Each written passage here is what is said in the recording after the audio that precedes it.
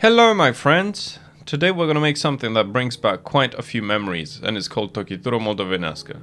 It's kinda hard to translate, but it is a dish from where I am in Romania, so I hope you enjoy. It is basically pork cooked in its own fat, and some people add organs and sausages sometimes, but I didn't do that today.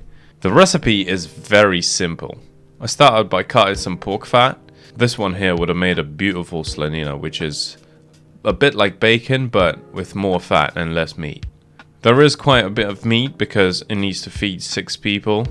So you can see me here cutting up some ribs. That's the only thing I had left to cut for the video because everything else was prepped beforehand. When everything is cut, I add some lard to a pot which my brother made the night before. And then when it's melted, I add my fat pieces to it. And then I just give it a little stir for good measure. What I'm going for here is rendering the fat, and then when it becomes cooked, it turns into something that we call jumări, which are these brown fried pieces of pork fat here. Then after the jumări are done, I add my meat to the pan. You can see it frying in the fat initially, but after it releases its juices, the sizzling stops.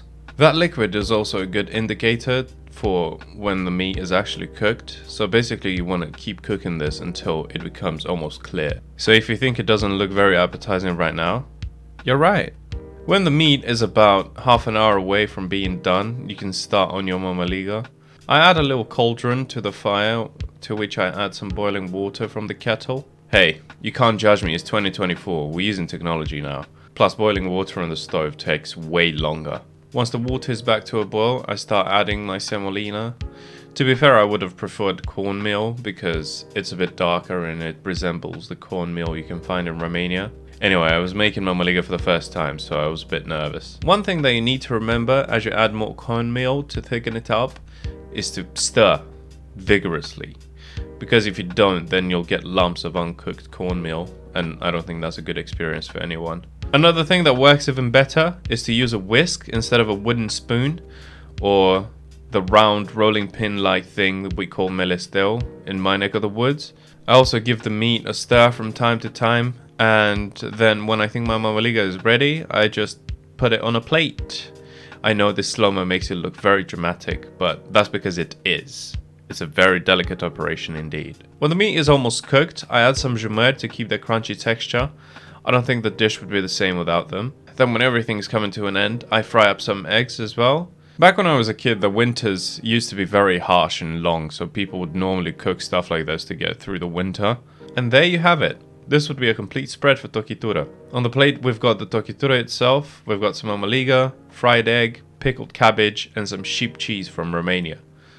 And now, it's time for the taste test.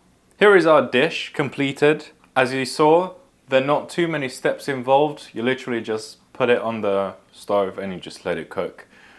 And for seasoning, you just use salt. It's very basic for some flavor queens out there. But on the other side, you've got other stuff to make up for it. So you've got your sauerkraut, you've got your cheese, you've got eggs. Well, we don't really call it sauerkraut, we call it pickled cabbage, but yeah, it's the same thing. So I guess now it's just doing the taste test. I'm just gonna grab a rib that I cut. It tastes greasy, it tastes salty, but it's better if it tastes everything all together. So let's find a piece of meat that hasn't got a bone in it and have a bit of cheese with it too.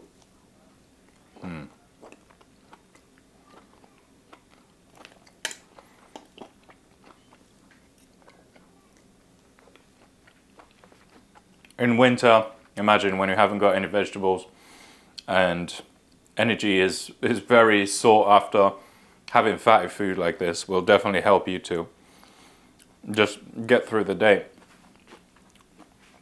Le caméra opérateur, you want to have some? Of course. What do you want first? Ooh, can I have a bit of pickled cabbage, pork and mamaliga? All combined. Yeah.